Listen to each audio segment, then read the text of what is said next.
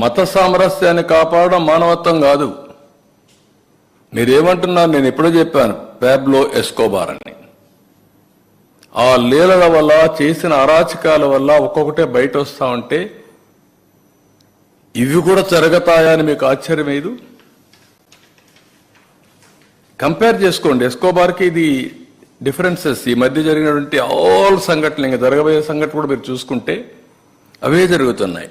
దాన్ని పెద్ద ఇది చేస్తూ ముందుకు మాట్లాడుతున్నారు. అదే మాదిరిగా పదే చెప్పిన అబద్ధాన్ని తిప్పి చెప్పడం, పేపర్లో రాయడం, టీవీలో చూపించడం, బ్లూ మీడియాలో అదే ప్రచారం చేయడం. ఇక్కడ కల్తీనే జరగలేదు అంటాడు.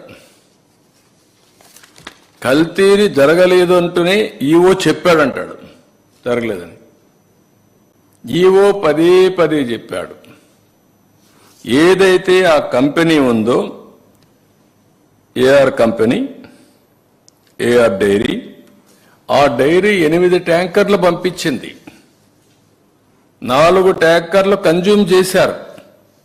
పదే వచ్చిన కంప్లైంట్ చూసిన తర్వాత ఈవో చెప్పినా వినలేదు కాబట్టి ఈ 4 ట్యాంకర్లు రిజెక్ట్ చేసినప్పుడు ఎన్డీడీబీకి పంపించారు, టెస్టింగ్ పంపించారు, ఎన్ఏబిఎల్ టెస్టింగ్.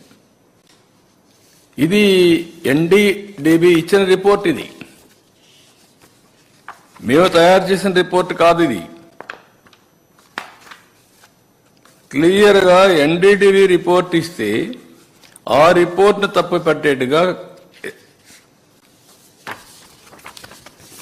ఈ రిపోర్ట్ ఎన్డీడీబీ ఇచ్చిన రిపోర్ట్. ఇది చాలా క్లియర్గా 4 శాంపుల్స్ పంపించినప్పుడు 4 ట్రక్స్ నుంచి, ట్యాంకర్స్ నుంచి చాలా స్పష్టంగా వాళ్ళు రిపోర్ట్ ఇచ్చారు.